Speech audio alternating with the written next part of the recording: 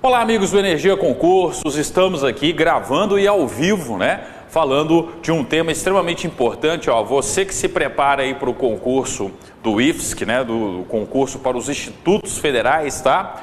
A gente vai estudar uma matéria agora, que é uma matéria super comum em provas e concursos e que serve para qualquer outro concurso federal que você venha fazer. É muito comum os concursos federais fazerem a cobrança do decreto 1171 de 94, o Código de Ética, tá? Profissional do servidor público civil do Poder Executivo. Então o tema de hoje é ética na administração pública, algo que anda faltando, diga-se de passagem, né, na administração pública brasileira, em alguns casos que nós temos observado por aí. Então nós vamos falar de todo o conjunto de valores, tá, que formam aqui o Código de Ética Profissional do Servidor Público Civil do Poder Executivo Federal, mas que na verdade é aplicado também aos outros poderes, tá? Por exemplo, o pessoal que se prepara para concursos dos tribunais regionais federais, né, muitas vezes estudam também o decreto 1171, o Código de Ética Profissional do servidor público. O artigo 1º simplesmente fala, né, da aprovação do Código de Ética Profissional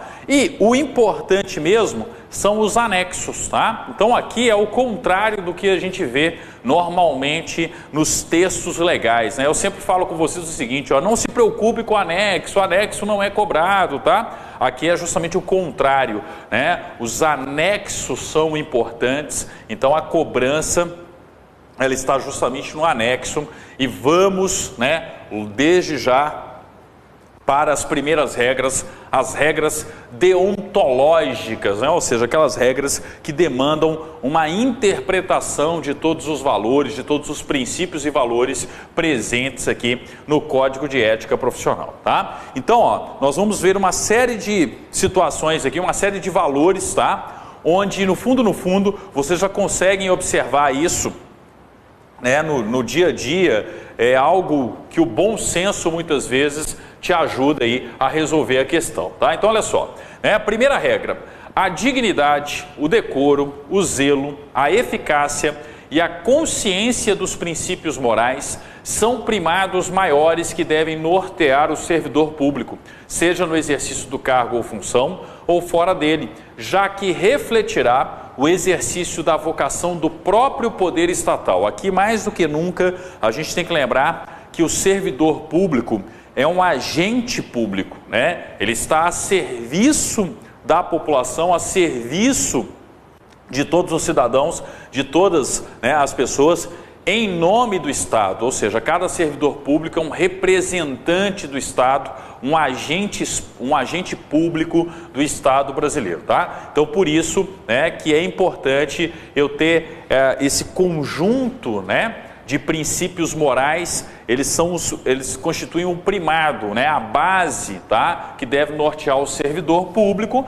seja no exercício do cargo ou função, ou fora dele. É importante ter uma conduta ética, uma conduta moral fora da administração pública, né? Compatível, né, com o fato de ser servidor público, já que a atuação dele representa e reflete a atuação e a vocação do próprio poder estatal, né? Seus atos, comportamentos e atitudes serão direcionados para a preservação da honra e da tradição dos serviços públicos, né? Então, a sua atuação profissional, a sua atuação enquanto servidor representa a atuação do próprio poder público e, naturalmente, isso tem que acontecer, tem que se dar da maneira mais ética e moral possível, né?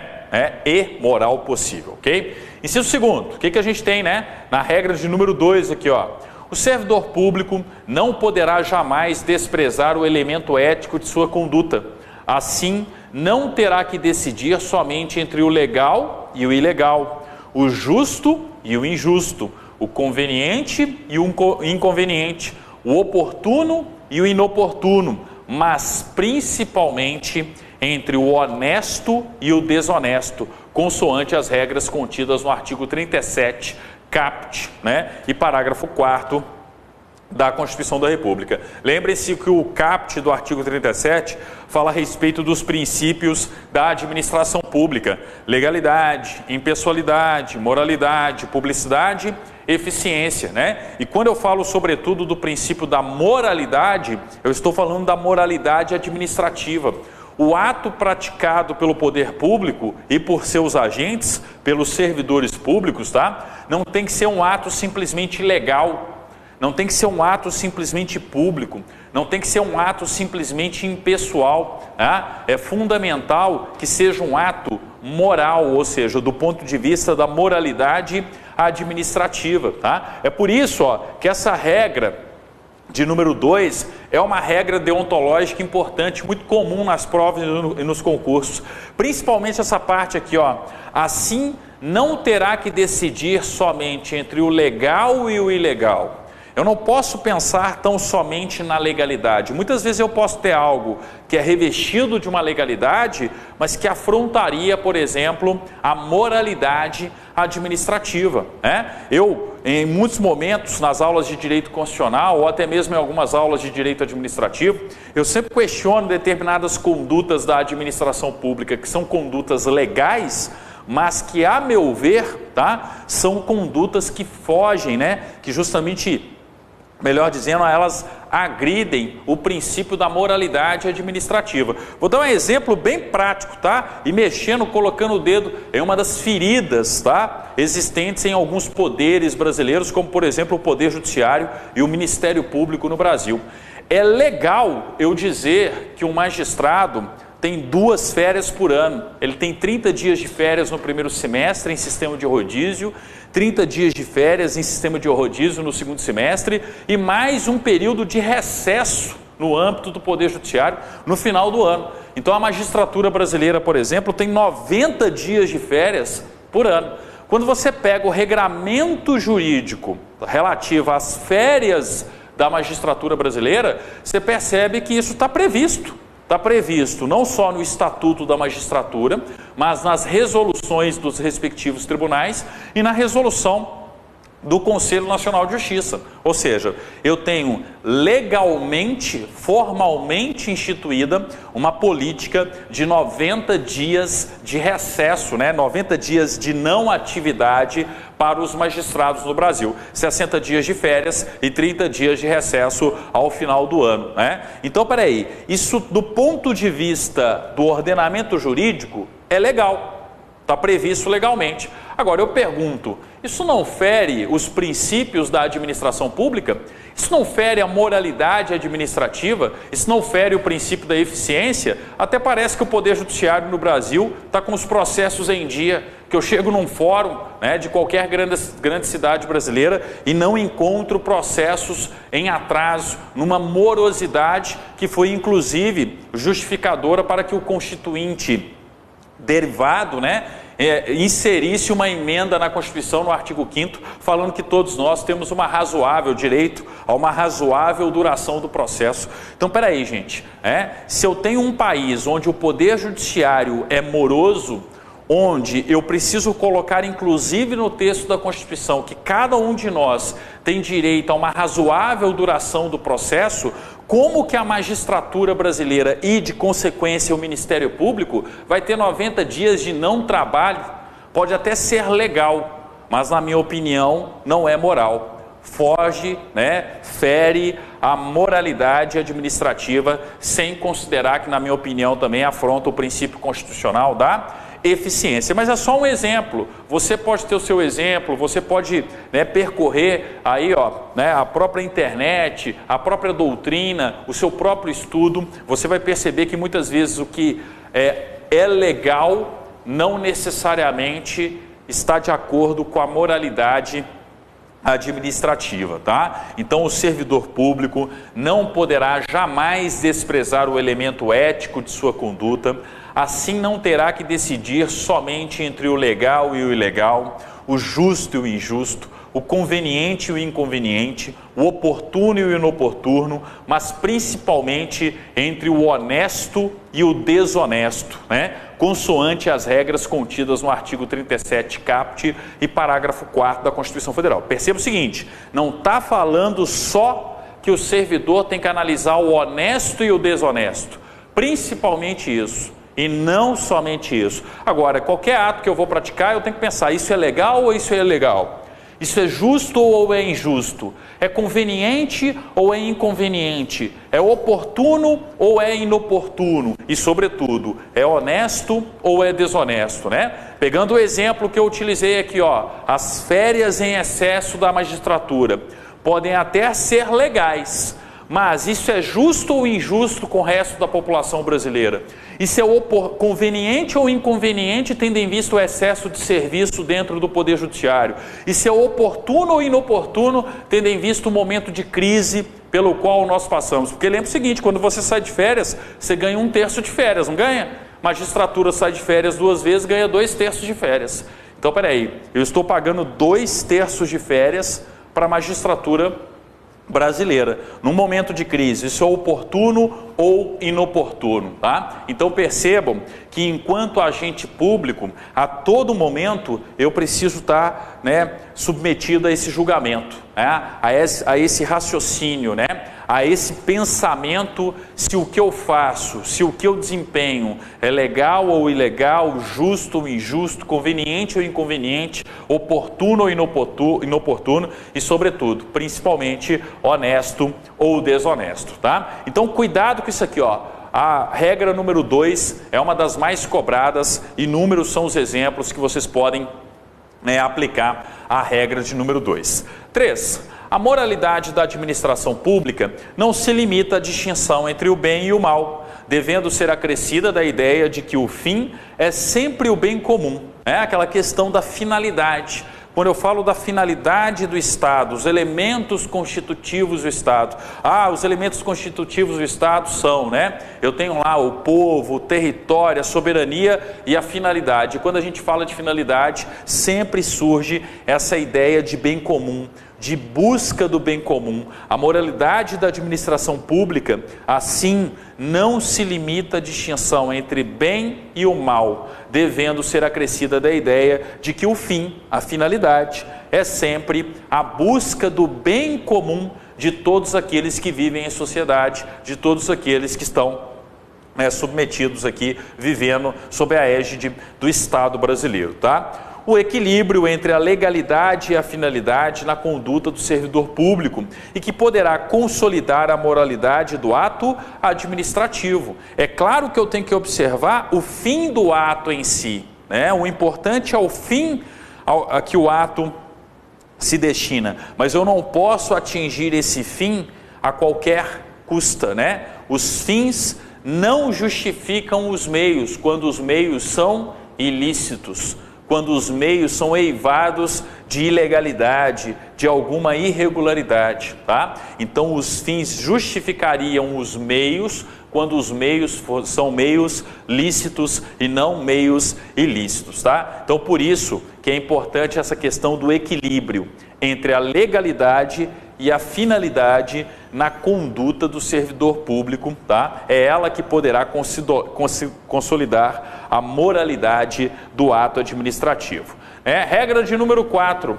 A remuneração do servidor público é custeada pelos tributos pagos direta ou indiretamente por todos, até por ele próprio, e por isso se exige, como contrapartida, que a moralidade administrativa se integre no direito como elemento indissociável de sua aplicação e de sua finalidade, erigindo-se como consequência em fator da legalidade. Aqui é ter a noção que o servidor público, ele é remunerado pelo conjunto dos tributos pagos, direta ou indiretamente por todos, inclusive por ele próprio. Muitos servidores públicos, tendo em vista o nível salarial do que se é pago hoje na administração pública brasileira, tem lá o seu recolhimento por imposto de renda, O imposto de renda retido na fonte, muitos deles com a cota máxima, com a alíquota máxima de 27,5% do imposto de renda. Então, peraí, a remuneração dos servidores, ela advém, ela decorre do recolhimento dos tributos como um todo. Se ele tem essa consciência, ele está ali justamente para prestar para dar a contrapartida necessária à sociedade. Então, na sua conduta ética, ele precisa se pautar pela moralidade. A moralidade administrativa, ela integra não apenas o direito, mas o próprio ato administrativo a ser praticado pelo servidor. É um elemento indissociável, né, da realização e aplicação dos atos da administração, dos atos administrativos praticados por aquele servidor. E isso, naturalmente, quando eu respeito a moralidade administrativa, eu estarei consequentemente, estarei justamente criando um parâmetro de legalidade. Por isso, essa noção, essa ideia de que quem age com moralidade administrativa age necessariamente com legalidade. O inverso não é verdadeiro. Eu posso agir formalmente de forma legal, ou seja, eu posso ter legalidade na minha atitude, mas essa minha atitude pode ser uma atitude não moralmente administrativa, tá? O contrário não é, né? O contrário é quando eu falo de agir com moralidade administrativa, necessariamente eu tenho uma ação com legalidade. Entenderam? Então, agir com legalidade não significa necessariamente agir com moralidade administrativa. Porém, agir com moralidade administrativa significa necessariamente agir com legalidade, tá? Bem, inciso 5º. O trabalho desenvolvido pelo servidor público perante a comunidade deve ser entendido como acréscimo a seu próprio bem-estar. Afinal de contas, ele faz parte da comunidade, já que, como cidadão, integrante da sociedade, o êxito desse trabalho pode ser considerado como seu maior patrimônio. Ou seja, eu, enquanto servidor público, não posso, até pela concepção da palavra servidor público, não posso ter um pensamento individualista, não posso ter um pensamento egoísta, tá? Eu tenho que lembrar que o trabalho desenvolvido por mim, servidor público, perante a comunidade, é um trabalho que serve não apenas para o meu trabalho, para o meu engrandecimento profissional, mas sobretudo para o melhor convívio social, para o desenvolvimento e crescimento da própria sociedade, né? Então eu tenho que lembrar que o êxito maior do servidor público não é a sua conquista pessoal, não é a sua progressão individual. O êxito maior do servidor público tem que ser considerado o próprio êxito da sociedade. Se eu vivo em uma sociedade desenvolvida, é porque eu tenho instituições e serviços públicos / agentes públicos desenvolvidos. Cada sociedade é o reflexo, tá? Cada sociedade é o reflexo de seus serviços públicos e vice-versa. O serviço público acaba sendo um reflexo também da própria sociedade. Por isso que a regra de número 5 é uma regra importante, comum em provas e concursos também, tá? O trabalho desenvolvido pelo servidor público perante a comunidade deve ser entendido como acréscimo ao seu próprio bem-estar, já que, como cidadão, integrante da sociedade, o êxito desse trabalho pode ser considerado como seu maior patrimônio, tá? 6. A função pública deve ser tida como exercício profissional e, portanto, se integra na vida particular de cada servidor público. Então, o fato de eu ser servidor público, a minha conduta enquanto servidor público, reflete também na minha conduta pessoal. E a minha conduta pessoal tem que ser pautada pelo fato de eu ser um representante do Estado, um representante do poder público, né? Então a função pública deve ser tida como exercício profissional e, portanto, se integra na vida particular de cada servidor público. Assim, os fatos e atos verificados na conduta do dia a dia em sua vida privada poderão acrescer ou diminuir o seu bom conceito na vida funcional, né? Então, enquanto servidor público, eu preciso ter essa consciência que a minha vida privada, tá? A minha conduta em sociedade no meu dia a dia, na minha vida privada, tem que ser uma conduta condizente com o fato de eu ser servidor público, né? Eu não posso ter um comportamento dentro da administração e um comportamento completamente antiético na minha vida privada, na minha vida pessoal, tá? Inciso 7º, salvo os casos de segurança nacional, investigações policiais ou interesse superior do Estado e da administração pública, a serem preservados em processo previamente declarado sigiloso, nos termos da lei, a publicidade de qualquer ato administrativo constitui requisito de eficácia e moralidade, ensejando sua omissão, comprometimento ético contra o bem comum imputável a quem a negar, tá? O que é importante aqui vocês perceberem, tá? Algo que vocês estudam no direito administrativo em atos administrativos, tá? Que a publicidade de qualquer ato administrativo constitui requisito de eficácia e moralidade do próprio ato administrativo. Isso é afirmativa de prova, tá? Afirmativa de questão de concurso. A publicidade de qualquer ato administrativo constitui requisito de eficácia e moralidade do próprio ato, da própria conduta do servidor. Essa afirmativa, se aparecer na prova de vocês, ela está corretíssima. Agora, é claro, eu tenho atos que são atos sigilosos.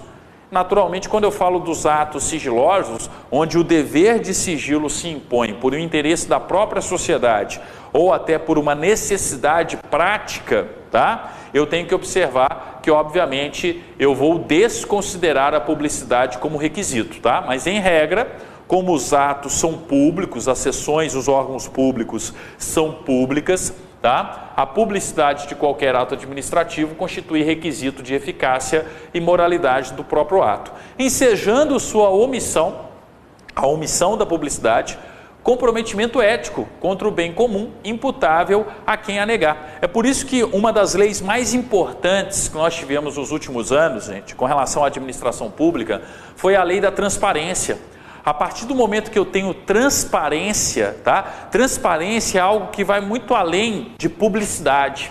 Publicidade sempre existiu na Constituição brasileira. A gente sempre teve a publicidade como sendo uma regra geral, um princípio, muito mais do que uma regra, um princípio a ser observado pela administração pública. Mas, por exemplo, a partir do momento que eu publico uma lei no Diário Oficial, a partir do momento que eu tenho a publicação de uma decisão judicial no Diário Oficial, em tese, cumpriu-se a publicidade, tá? Mas eu pergunto para vocês, eu estou tendo transparência da atividade administrativa simplesmente com a publicação do ato no Diário Oficial, a publicação de uma lei no Diário Oficial? Claro que não. O que faz valer mesmo é a transparência. O que é a transparência? Essa capacidade que hoje nós temos de acesso. Acesso à informação, acesso às informações de natureza pública, tá? Nesse sentido, a própria lei da transparência é uma consequência, é uma decorrência do mundo moderno, de toda essa virtualidade que nós vivemos hoje, da internet, da facilidade de disponibilização das informações na internet. Parem para pensar. Seria condizente, tá? Com a sociedade em que nós vivemos, tá?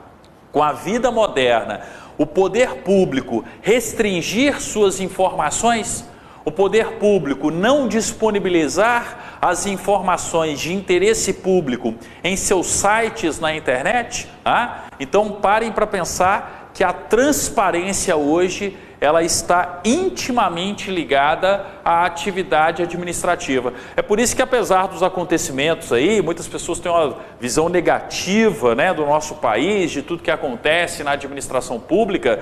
Eu tenho uma visão contrária. Na minha opinião, tá? Na minha opinião, a tendência é uma tendência de melhora. A tendência é uma tendência de você ter cada vez menos atos de corrupção. A tendência é uma tendência de cada vez mais você ter um comportamento ético, não só da administração pública, mas de todas as pessoas. Por quê? Porque não só os atos e a própria vida da administração pública é cada vez mais pública e transparente, como também a nossa própria vida particular e os nossos próprios atos também são cada vez mais públicos e transparentes. O que eu estou querendo dizer é que hoje é muito difícil você esconder algo, é muito difícil você ter uma conduta secreta, uma conduta antagonista a uma conduta pública, a uma conduta transparente, né? Então parem para pensar nos escândalos de corrupção que nós vivenciamos nos últimos anos aí. Como é que eu escondo um esquema desse tamanho com uma virtualidade e com esse acesso à informação que nós temos hoje? É praticamente impossível você, enquanto agente público, enquanto um representante do poder público, não ter ali a publicidade sempre atrelada aos seus atos, a transparência sempre atrelada aos seus atos, ou seja, a virtualidade e o acesso à informação do mundo moderno tornam cada vez mais impossível uma conduta por baixo dos panos, uma conduta obscura, uma conduta antiética por parte do servidor público. O servidor público, mais do que ninguém, tem que tomar cuidado com o que faz, com o que fala, e com as suas atitudes e condutas, seja na administração pública, seja na vida privada. Tudo está cada vez mais transparente, tudo está cada vez mais público, tudo está cada vez mais acessível e fiscalizável pela administração. Não à toa o direito administrativo, o próprio direito constitucional, quando a gente fala de controle da administração pública, qual que é o controle tido como mais eficiente hoje? Não é nem o controle feito pelo Poder Legislativo, nem um controle feito pelo Poder Judiciário, pelo Ministério Público, pelos órgãos tradicionais de controle. O melhor controle da administração pública é o chamado controle social. E como nós estamos em um mundo cada vez mais transparente e horizontal, esse controle social ele é cada vez maior. Então não tem como, se você é servidor público ou pretende ser servidor público, cuidado com a transparência, cuidado com a publicidade, cuidado no sentido de respeite a ética, tenha uma conduta ética, porque se você não tiver uma conduta ética, a probabilidade de você ser pego em uma conduta antiética é de mais de 90%. Então, na minha opinião, a internet, a transparência e toda essa virtualidade que nós vivemos, ela vai ser responsável por uma transformação de comportamento. Não tem mais como esconder as coisas. Eu costumo brincar, com os meus amigos, com os colegas aqui, professores, eu pergunto assim, cadê os ETs? Os ETs sumiram, cadê o pé grande? Alguém ouve falar de pé grande, de ET, de Saci, de não sei o quê? Ora, gente, por que todos esses programas, todas essas entidades sobrenaturais, em regra, a gente teve aí uma diminuição de aparições e coisas do tipo?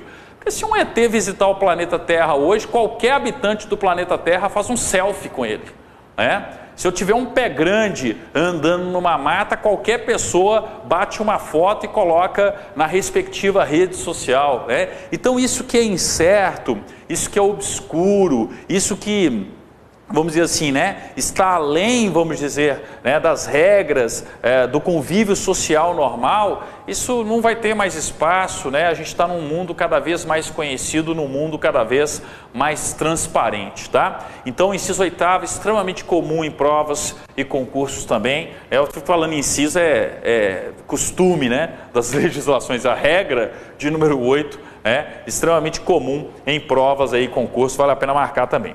9º, a cortesia, a boa vontade, o cuidado, o tempo dedicados ao serviço público caracterizam o esforço pela disciplina.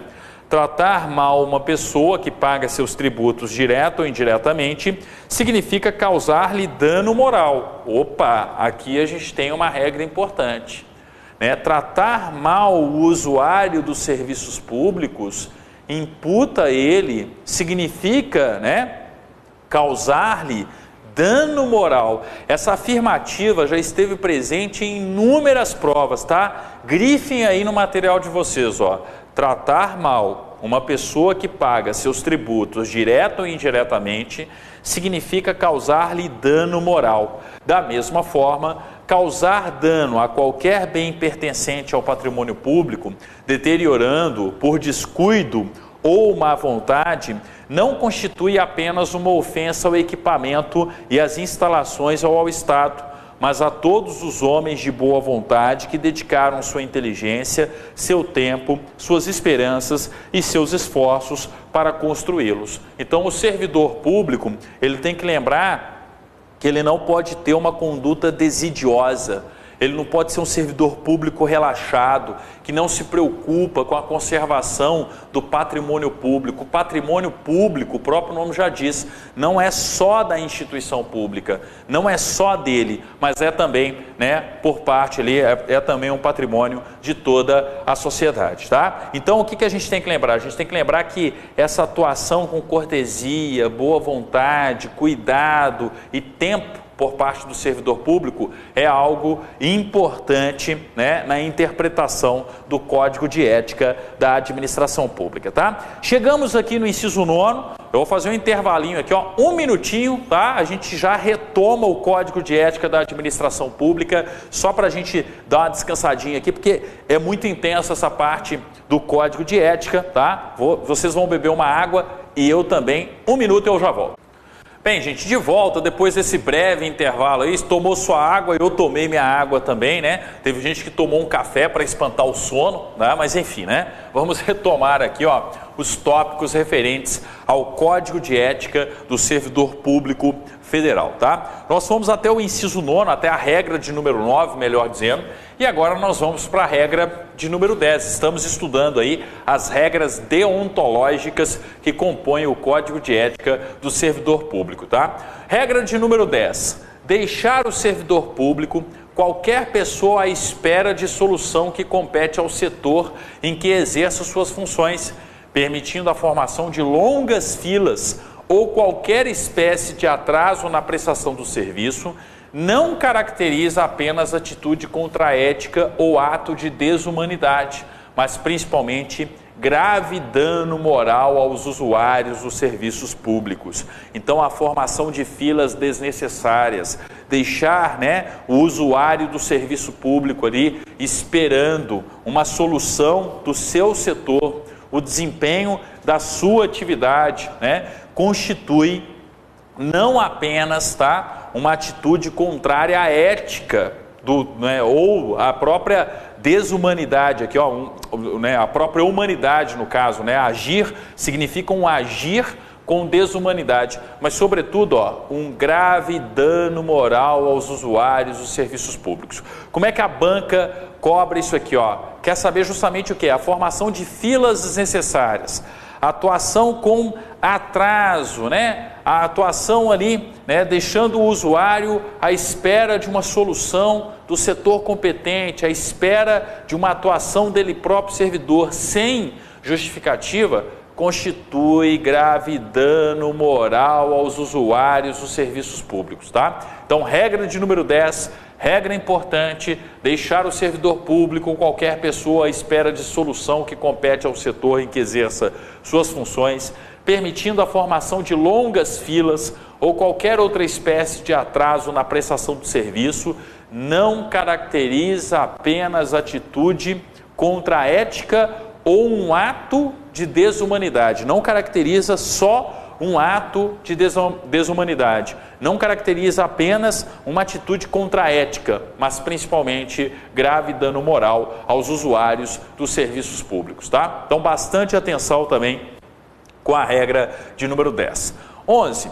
O servidor deve prestar toda a sua atenção às ordens legais de seus superiores, velando atentamente por seu cumprimento e assim evitando a conduta negligente. Os repetidos erros, o descaso e o acúmulo de desvios tornam-se, às vezes, difíceis de corrigir e caracterizam até mesmo imprudência no desempenho da função pública, tá? Quais são as características de uma cobrança aqui? Olha só, o servidor deve prestar toda a sua atenção. Ele precisa ser um servidor concentrado.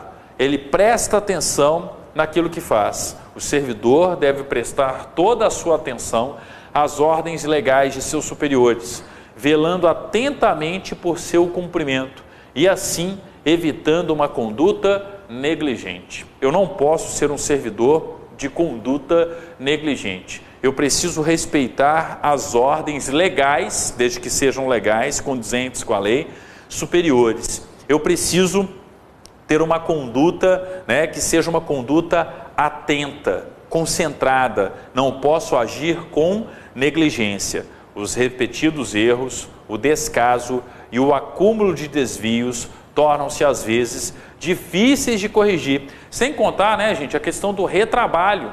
Eu estou tendo retrabalho em virtude da falta de concentração. Eu estou tendo retrabalho em virtude da conduta negligente, tá? E até mesmo isso pode configurar o quê? Imprudência, porque eu posso colocar às vezes alguém em perigo.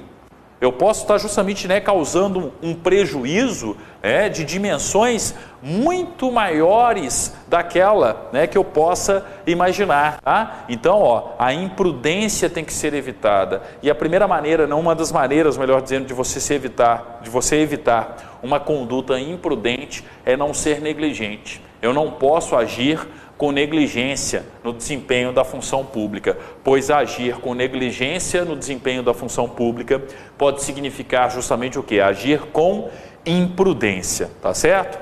12.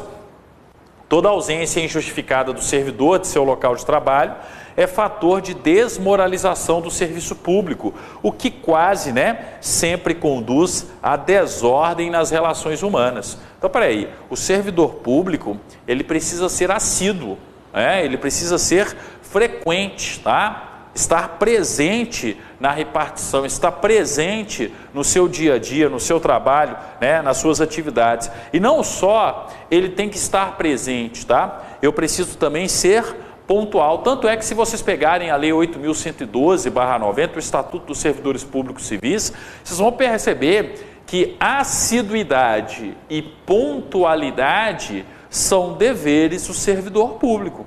O servidor público tem que ser assíduo, o servidor público tem que ser pontual. Toda ausência injustificada do servidor de seu local de trabalho é fator de desmoralização do serviço público. Eu estou desmoralizando não só, né, o ato, as práticas, as atribuições daquele servidor, mas da própria administração como um todo, o que quase sempre conduz à desordem nas relações humanas. Tá? 13. O servidor que trabalha em harmonia com a estrutura organizacional, então aquele servidor que está em harmonia com a própria estrutura organizacional, o próprio ambiente organizacional, respeitando seus colegas e cada concidadão, colabora e de todos pode receber colaboração, pois sua atividade pública é a grande oportunidade para o crescimento e engrandecimento da nação. Tá? Podem marcar a regra de número 13, outra extremamente cobrada. O servidor precisa ter essa consciência. Tá? Ele faz parte da estrutura organizacional.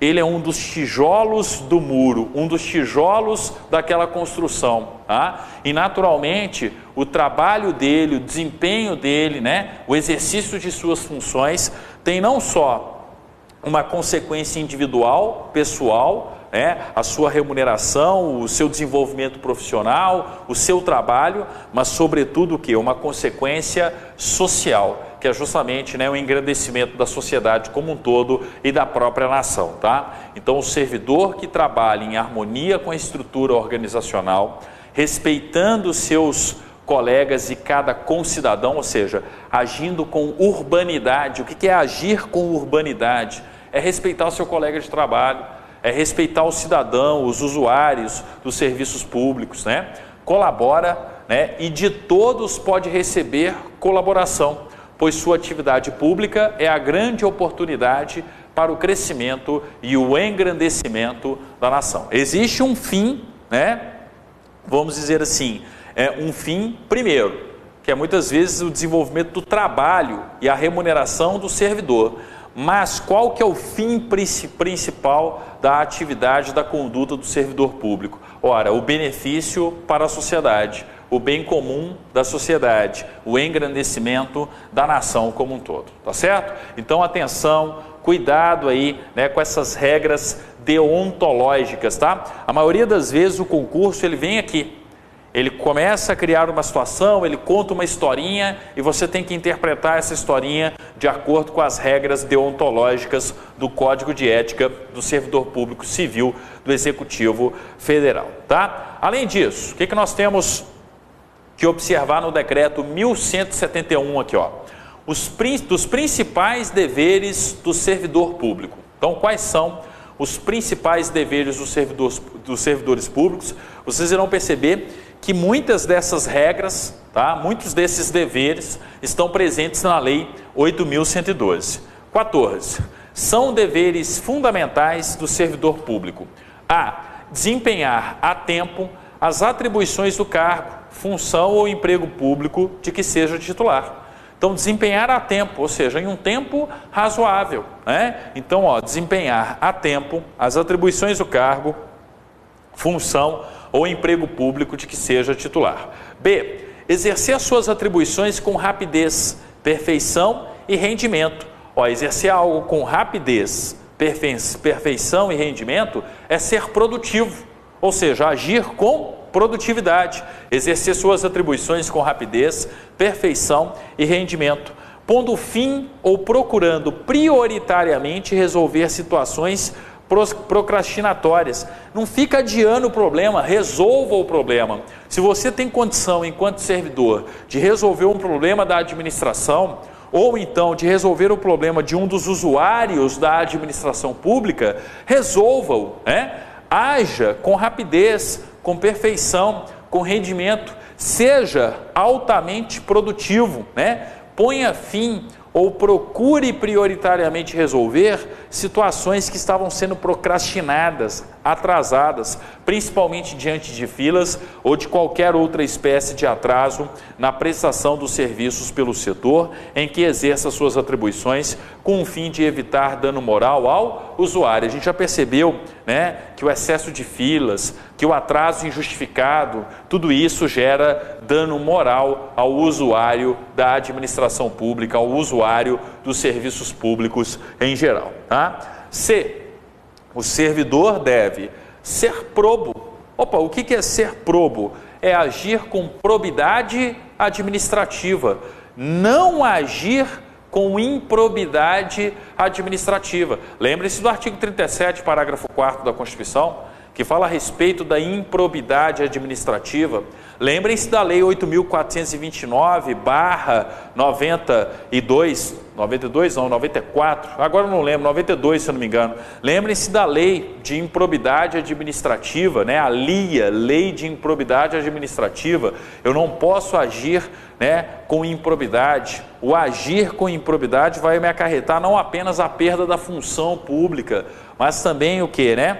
A suspensão dos direitos políticos, a devolução de dinheiro ao erário, né? E outras consequências mais previstas na Lei de Improbidade Administrativa e na própria Constituição, no próprio artigo 37, parágrafo 4º da Constituição. Então o servidor, ó, ele tem que ter uma conduta proba, ele precisa ser probo, reto, leal e justo, demonstrando toda a integridade do seu caráter, escolhendo sempre, quando estiver diante de duas opções, a melhor e a mais vantajosa para o bem comum, tá? Então, o servidor, quando ele tiver a discricionariedade para tanto, lembrem-se que aqui eu preciso interpretar, né, o princípio da legalidade junto com o poder-dever discricionário do Estado. O Estado tem que agir pautando-se pela legalidade, mas a lei vai criar os contornos, os limites, e dentro desse contorno, dentro dos limites, eu tenho, né, o poder-dever discricionário do Estado, o poder-dever discricionário de um servidor. Então o servidor ele tem que ser probo, reto, leal e justo, demonstrando toda a integridade do seu caráter, escolhendo sempre, quando estiver diante de duas opções, a melhor e a mais vantajosa para o bem comum. Lembrem-se que a finalidade é alcançar, obter o bem comum. Letra D. Jamais retardar qualquer prestação de contas, condição essencial da gestão dos bens, direitos e serviços da coletividade a seu cargo.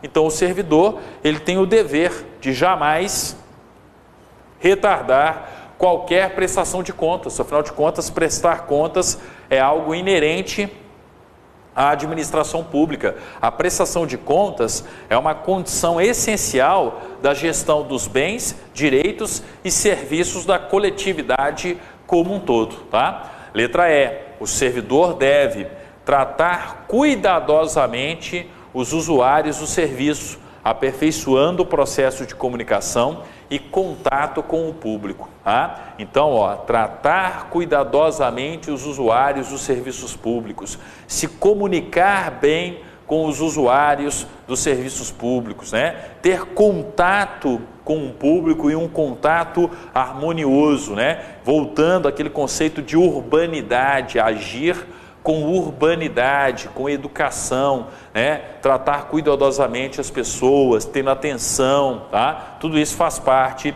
dos deveres éticos do servidor público, tá? A linha F, ter consequência de que seu trabalho é regido por princípios éticos que se materializam na adequada prestação dos serviços públicos.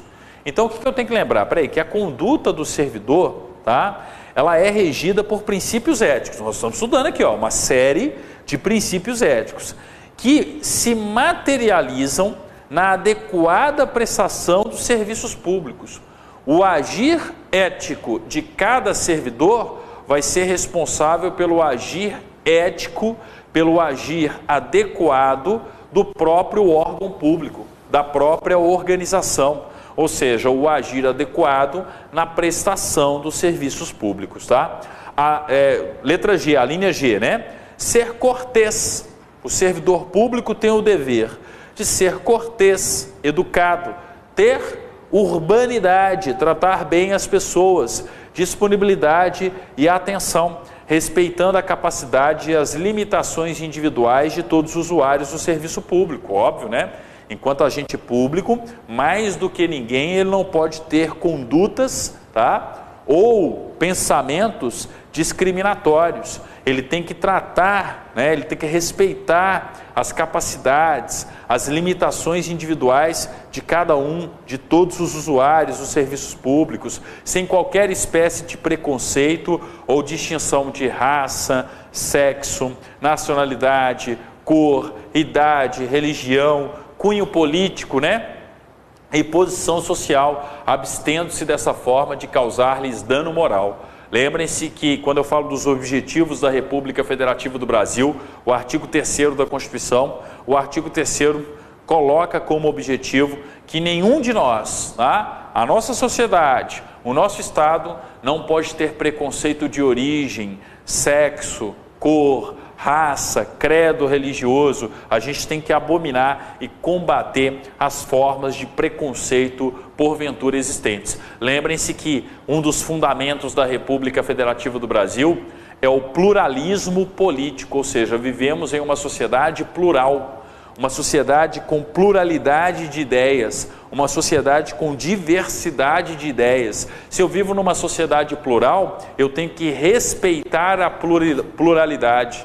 Eu tenho que respeitar a diversidade. Se eu tenho que respeitar a pluralidade e a diversidade, eu não posso ter condutas preconceituosas. Eu jamais, enquanto agente público, posso pautar a minha atuação tendo em vista uma distinção de raça, sexo, nacionalidade, cor, idade, religião, cunho político e posição social. Tá? Pelo contrário, eu tenho que tratar todos da mesma maneira, princípio da impessoalidade. Agora, é claro, né?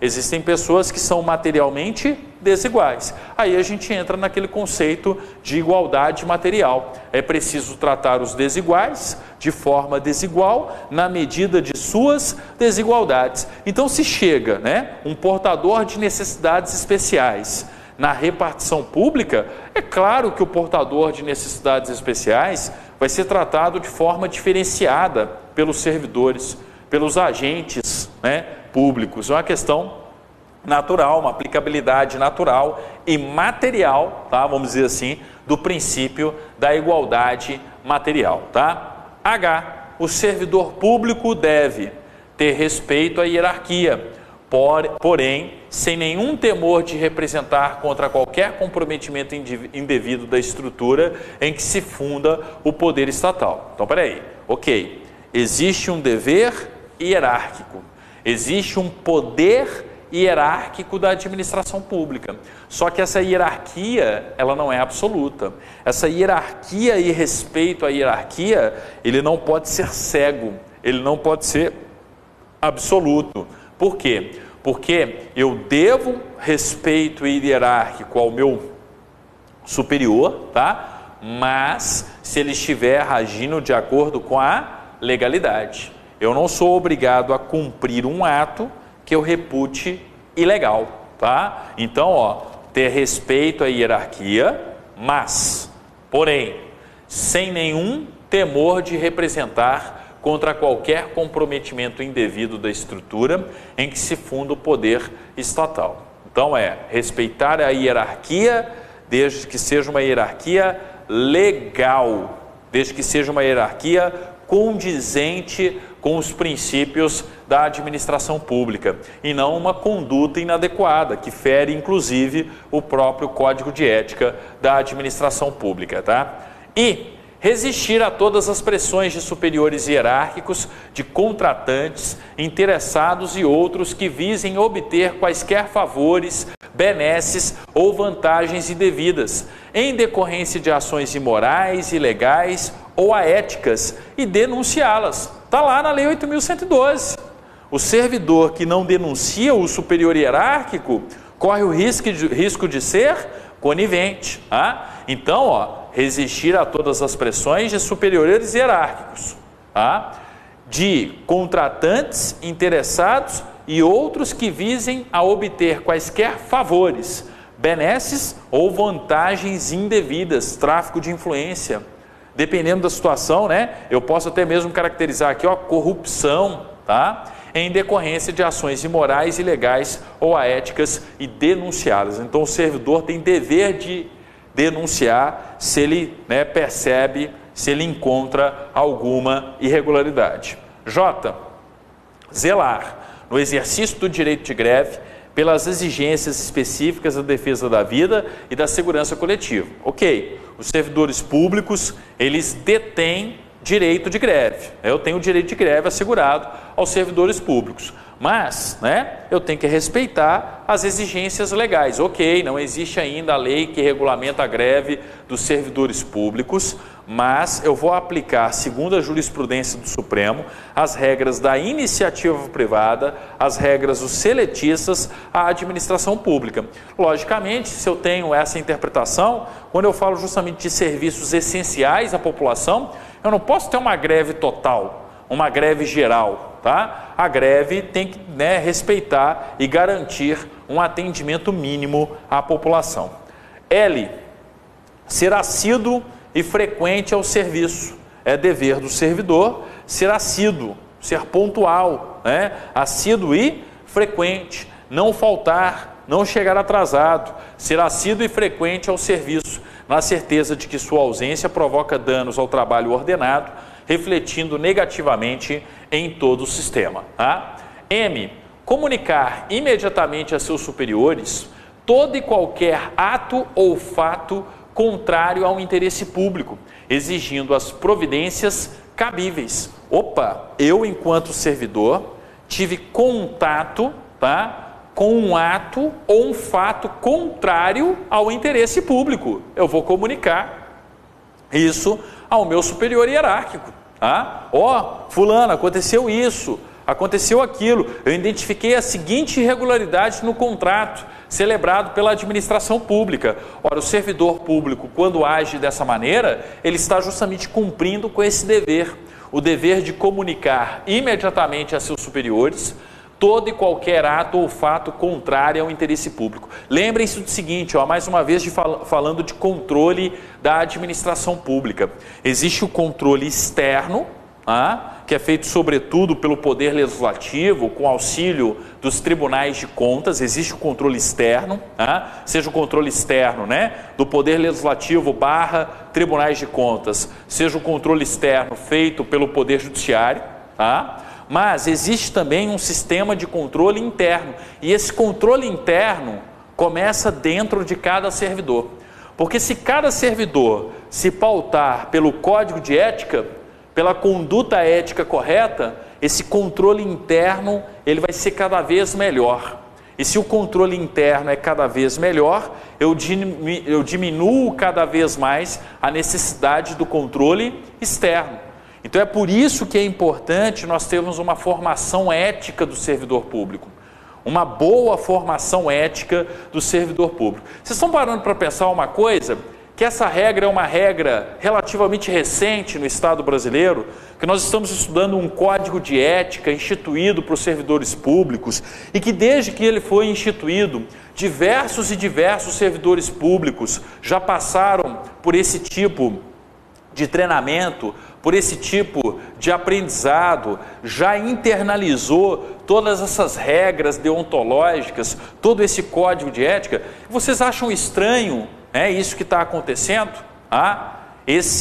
Essa preocupação do Estado brasileiro em apurar, em investigar, em extirpar aquilo que está errado? Será que isso não é reflexo de uma nova geração de servidores públicos, de uma nova mentalidade da administração pública brasileira? Na minha opinião, sim. Como eu brinco com os meus alunos, como eu brinco com os meus amigos, meus colegas de profissão, a nossa geração, nós somos os filhos da Constituição de 88. Nós estudamos os princípios da administração pública, não só no artigo 37, da Constituição, mas nós estudamos também o Estatuto dos Servidores Públicos Civis, nós estudamos também o Código de Ética da Administração Pública. Nós recebemos uma formação muito mais condizente com uma conduta e atitude ética dentro da administração pública do que gerações passadas, Então, na minha opinião, tudo isso que a gente assiste hoje em termos de administração pública no Brasil, a apuração de todas essas irregularidades, de todos esses fatos, decorre de uma nova geração. Os filhos da Constituição de 88, nós estamos chegando em pontos chaves, em postos chaves da administração pública brasileira, E naturalmente esse controle interno está dentro de cada um de nós, Então percebam a importância da educação, percebam a importância de formar de uma maneira cada vez melhor o servidor público. Méritos, para a meritocracia existente no processo de seleção. Nós estamos aqui nos preparando para um concurso público, onde vocês que ainda não são servidores estão estudando o Código de Ética da Administração Pública. Quem melhor estudar todas as matérias vai ingressar lá no Instituto Federal, vai ingressar no IFSC ou em qualquer outro serviço público federal. Logicamente existe uma competição, existe uma seleção natural, e quando eu entro, quando eu viro servidor, eu tenho tudo isso em mente, eu tenho toda essa formação que até mesmo antecedeu a minha entrada na instituição, fazendo a diferença, Então, na minha opinião, a situação ela vai melhorar cada vez mais. N, manter limpo, é dever do servidor, manter limpo e em perfeita ordem o local de trabalho, seguindo os métodos mais adequados à sua organização e distribuição. Limpeza é sinônimo de organização. Limpeza é sinônimo de conforto. Limpeza, manter limpo, em perfeita ordem o local de trabalho, ajuda o ambiente organizacional, ajuda o ambiente de trabalho. Está classicamente comprovado na doutrina da administração, nos doutrinadores mais antigos, nos teóricos mais antigos da administração, que o ambiente de trabalho limpo, em perfeita ordem, aumenta a produtividade. Então é dever do servidor manter limpo em perfeita ordem o local de trabalho, seguindo os métodos mais adequados à sua organização e distribuição. Professor, mas aqui na minha repartição pública falta estrutura, Na minha repartição pública, a cadeira não é a cadeira mais nova, a cadeira não é a melhor cadeira, o computador é velho, não sei o quê. Pode até ser. Pode ser que a estrutura não seja a mais adequada, mas que ela seja pelo menos limpa e organizada. Como a minha avó dizia, nós somos pobres, mas nós somos limpinhos. O importante é ser limpinho. O importante é ser limpinho, o importante, né, é ser organizado, é manter os ambientes limpos, em perfeita ordem, né? Então isso é importante aí no âmbito da administração pública, independentemente, gente, tá, da estrutura de trabalho, tá? Então manter limpo e em perfeita ordem o local de trabalho, seguindo os métodos mais adequados à sua organização e distribuição, constitui dever do servidor público. A linha O: participar dos movimentos e estudos que se relacionem com a melhoria do exercício de suas funções. O servidor público tem que ser interessado, ele tem que participar dos movimentos, dos estudos, dos grupos de estudos, dos grupos de tarefa, dos grupos de pesquisa, tá? Que se relacionem com a melhoria do exercício de suas funções, tendo por escopo a realização do bem comum, né? Ou seja, o servidor público tem que ser um servidor público interessado, constantemente interessado em melhorar a prestação do próprio serviço público em si. A linha P: apresentar-se ao trabalho com vestimentas adequadas ao exercício da função. Questão natural, né? É claro que isso vai variar muito de acordo com o local de trabalho, o ambiente de trabalho do servidor. Mas o servidor, ele não pode, né, se vestir de uma forma inadequada. Vamos supor que eu seja um servidor que atenda ao público. Eu posso chegar ali para atender o público de qualquer maneira, de camiseta regata, sem tomar banho, sem ter regras básicas de higiene, com vestimentas inadequadas ao exercício da função? É claro que não, tá? Então, tendo em vista a tradição, o ambiente organizacional de cada órgão, de cada organização, eu vou me apresentar ao trabalho com vestimentas adequadas ao exercício da função. É claro que a gente tem que evitar exageros, né? Abusos. Por exemplo, no Poder Judiciário, até bem pouco tempo atrás, tá? Não tem tanto tempo assim, as mulheres não poderiam ir trabalhar de calça. Tinha tribunal que falava o seguinte, que as mulheres tinham que ir com saia e saia abaixo do joelho, tá? É claro que isso não condiz mais. É claro que eu posso ter, né, uma vestimenta extremamente adequada à mulher, ao homem, mas desde que ela não represente o quê? Não represente uma afronta, um desrespeito aos colegas de trabalho e aos usuários da administração pública como um todo, ok? Então, ó, né, essa é uma questão importante também, o dever que o servidor tem de apresentar-se ao trabalho com vestimentas adequadas ao exercício da função. Manter-se atualizado com as instruções, as normas de serviço e a legislação pertinentes ao órgão onde exerce as suas funções.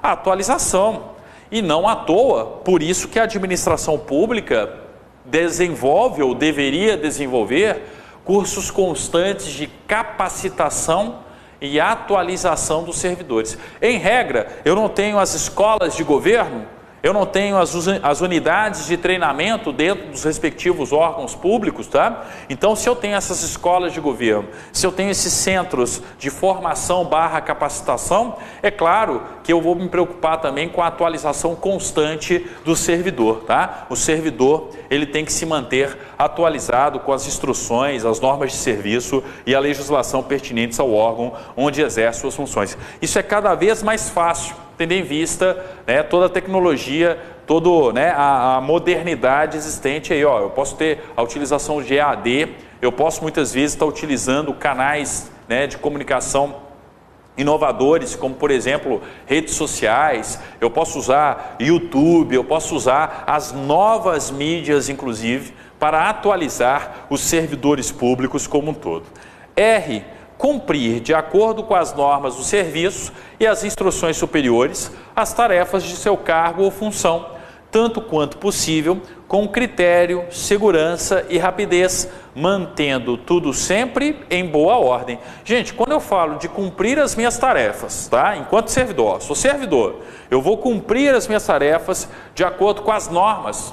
Então vamos supor que seja uma atividade técnica, que eu tenha que seguir diversas normas técnicas da ABNT. Ora, eu vou pautar a minha conduta, eu vou realizar, né, as minhas atribuições, as minhas funções de acordo com as normas técnicas, de acordo com as normas vigentes para aquela conduta, para aquela tarefa, né? Então, naturalmente, eu tenho que cumprir aí sempre de acordo, né, da melhor maneira possível as tarefas do meu cargo ou função. Tanto quanto possível com critério de segurança e rapidez.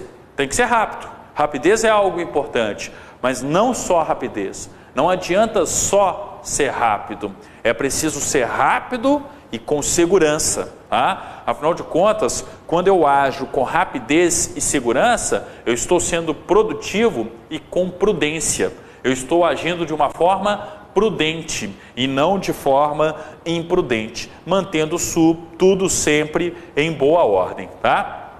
S. Facilitar a fiscalização de todos os atos ou serviços por quem de direito. Eu não posso criar, enquanto servidor, obstáculos à fiscalização.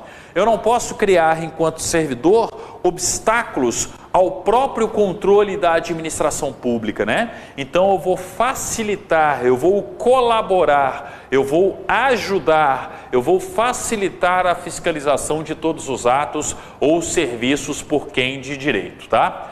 T. Exercer com estrita moderação as prerrogativas funcionais que lhe sejam atribuídas, abstendo-se de fazê-lo contrariamente aos legítimos interesses dos usuários do serviço público e dos jurisdicionados administrativos. Podem marcar. Questão de prova. Aqui é o famoso e que não deve ser utilizado. Você sabe com quem está falando? Sei, com o servidor público que deve exercer a função da melhor maneira possível. Então, se eu tenho prerrogativas em razão do meu cargo, se eu tenho prerrogativas funcionais, o próprio nome já está dizendo, são prerrogativas funcionais. Se elas são prerrogativas funcionais, eu não posso utilizá-las na minha vida particular. Vou dar um exemplo bem, né, vamos dizer assim, no ápice dos agentes, né, colocando aqui os agentes políticos. Eu sou deputado, sou senador, eu tenho lá o Estatuto dos Congressistas, eu tenho as minhas prerrogativas enquanto deputado, enquanto senador, eu tenho, por exemplo, imunidade material com relação a minhas palavras, votos e opiniões no exercício do mandato. Então eu não posso ser responsabilizado por algo que eu diga nas questões relacionadas ao exercício do mandato. Eu não cometo crime contra a honra quando eu subo na tribuna da Câmara dos Deputados ou quando eu subo na tribuna do Senado e começo, né, a falar coisas. Beltrano é aquilo, Ciclano fez isso, ele é um corrupto, ele fez isso, aquilo, estou aqui denunciando o esquema de corrupção. Se eu faço isso enquanto deputado, eu estou amparado pela minha chamada imunidade material, imunidade por minhas palavras, votos e opiniões. Afinal de contas, os deputados federais, por exemplo, os membros do Poder Legislativo são os representantes do povo. E por que eles possuem imunidade material? Por suas palavras, votos e opiniões. Porque a voz do povo não pode ser calada. Se eles representam o povo, naturalmente, no exercício de suas funções, eles não podem sofrer o risco, correr o risco de serem criminalizados por algo que digam, por se manifestarem, pois a manifestação de um deputado, a manifestação de um senador, a manifestação de um representante do Poder Legislativo é a manifestação do próprio povo. Lembrem-se do parágrafo único do artigo 1º da Constituição. Nós vivemos, em regra, em uma democracia representativa. Todo o poder emana do povo, que o exerce, né, através de seus representantes ou diretamente nos termos da Constituição. Então, em regra, nós somos representados. Se em regra eu sou representado por um deputado federal, por exemplo, ou por um senador, sobretudo pelos deputados federais, que classicamente é a casa do Congresso Nacional que representa o povo brasileiro, mais do que nunca um deputado federal tem que ter imunidade por suas palavras, votos e opiniões, mas no exercício do mandato. Ele pode chegar na reunião de condomínio dele e começar a xingar o vizinho e falar, eu não posso ser criminalizado, eu não cometi crime contra a honra, eu não cometi nenhuma questão relacionada a uma calúnia, a uma difamação, a uma injúria, porque eu sou deputado federal? É claro que não. ele estaria o quê? Justamente, né, abusando de suas prerrogativas, e inclusive, segundo a Constituição, pode perder o mandato em razão disso, né? Então, ó, qualquer agente público, incluindo os agentes políticos, incluindo o seu deputado, incluindo um senador, tá? Qualquer agente público tem o dever de exercer com estrita moderação as prerrogativas funcionais que lhe sejam atribuídas, abstendo-se de fazê-lo contrariamente aos legítimos interesses dos usuários do serviço público e dos jurisdicionados administrativos, tá? Então eu tenho prerrogativas que devem ser exercidas no exercício da minha função, jamais fora delas, tá? Aliás, né, é dever do servidor, dos agentes públicos como um todo, mas aqui especificamente dos servidores, né? Abster-se de forma absoluta de exercer sua função, poder ou autoridade com finalidade estranha ao interesse público. Se eu exerço a minha função em uma finalidade estranha ao interesse público, está caracterizado o desvio de finalidade. Eu peguei o caminhão da prefeitura para fazer a minha mudança particular. Eu peguei, né, os servidores da prefeitura, o jardineiro, a empresa, melhor dizendo, né, a empresa que presta serviço de jardinagem para a prefeitura para cuidar do meu jardim. Peraí, eu não posso fazer isso. Eu tenho aqui, ó, como dever abster-se de forma absoluta e não relativa. No concurso eles colocam relativa. Abster-se de forma absoluta de exercer sua função, poder ou autoridade com finalidade estranha ao interesse público, mesmo que observando as formalidades legais e não cometendo qualquer violação expressa à lei. Tá? Então, cuidado com esse dever, é um dever importante. E por fim, né, a linha V, né? Quantas vezes vocês já pegaram uma norma que vocês chegaram até a linha V? O Código de Ética é o único que acontece isso em termos práticos de prova e de estudo para concurso aí, tá? Ó, a linha V é dever do servidor divulgar e informar a todos os integrantes da sua classe sobre a existência desse Código de Ética, estimulando o seu integral cumprimento. Então eu, enquanto servidor, vou virar para o outro colega servidor: você já leu o Código de Ética da Administração Pública Federal? Não? Cara, deveria ler.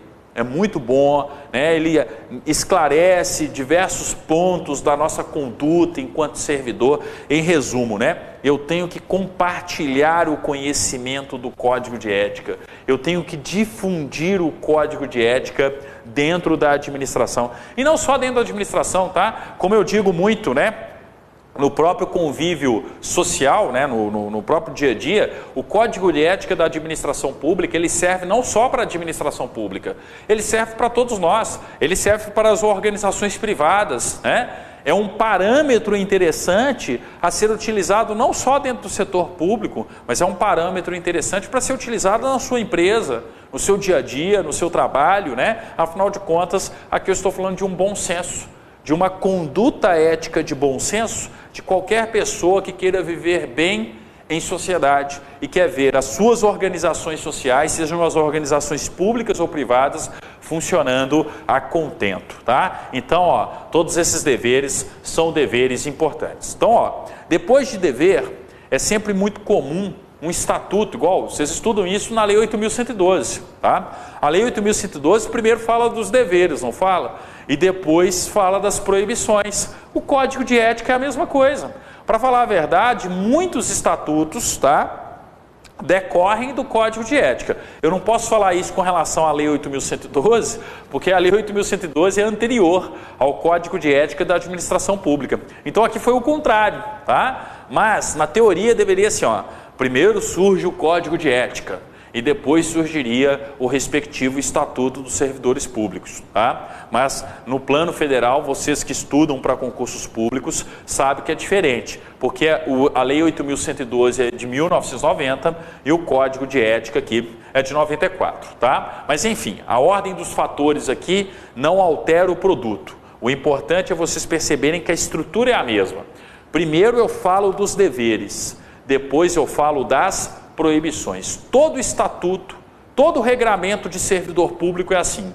Primeiro os deveres, depois as vedações, as proibições. Seção 3 das vedações ao servidor público. 15. É vedado ao servidor público, a linha A, o uso do cargo ou função, facilidades, amizades, tempo, posição e influências para obter qualquer favorecimento para si ou para outrem. Opa, peraí, vamos repetir isso aqui para ver se as pessoas lá em Brasília escutam, tá? O uso do cargo ou função, facilidades, amizades, tempo, posição e influências para obter qualquer favorecimento para si ou para outrem, né? Então, ó, evitar tráfico de influência, evitar a percepção de vantagens indevidas, tá? Então, eu estou falando que isso é proibido, é vedado o uso do cargo ou função, facilidades, amizades, tempo, posição e influências para obter qualquer favorecimento para si ou para outrem. Escutou Aécio Neves, Renan Calheiros, Jader Barbalho, né?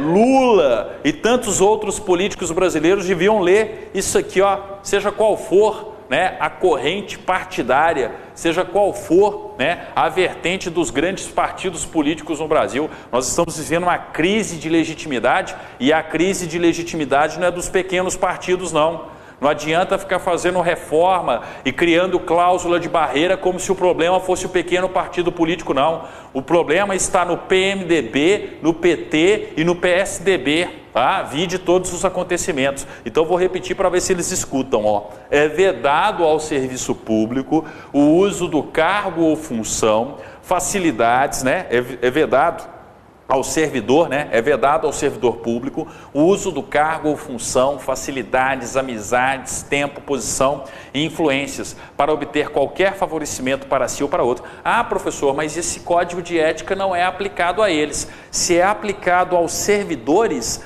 ainda mais aos agentes políticos, ainda mais aos deputados federais, senadores, ainda mais ao nosso glorioso Michel Temer, glorioso entre aspas, tá? Porque ele denigre a imagem dos professores de direito constitucional como eu existentes nesse país. Mas enfim, né? Eu sei que eu estou um pouquinho crítico hoje, é que eu começo a ler esse código de ética, começo a ficar revoltado, porque eu começo a parar para pensar o que tem em Brasília, né? Então você acaba se revoltando. Mas enfim, né? É vedado ao servidor público tráfico de influência, a percepção de vantagens indevidas. B. Prejudicar deliberadamente a reputação de outros servidores ou de cidadãos que dele dependam.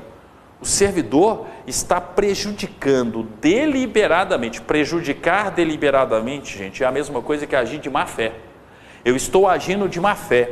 Eu estou prejudicando deliberadamente a reputação de uma outra pessoa, a reputação de um outro servidor, para só, né, eu estou espizinhando ali, estou agindo de má fé para que se abra um processo administrativo disciplinar contra um outro servidor que é meu desafeto pessoal. Eu não gosto dele. Não gosto dele, sou uma pessoa ruim, tá? Né? E estou aqui, ó, agindo de má fé. Estou prejudicando deliberadamente a reputação do outro servidor ou de cidadãos que deles dependem. Eu não posso ter uma conduta dessa, isso é totalmente vedado dentro da administração pública. Lembrem-se que um dos deveres do servidor público é agir com urbanidade. Urbanidade não só para com o cidadão, mas também urbanidade com relação aos outros colegas de trabalho, com relação aos outros servidores. C. Ser, em função de seu espírito de solidariedade, conivente com o erro ou infração a este código de ética ou ao código de ética de sua profissão.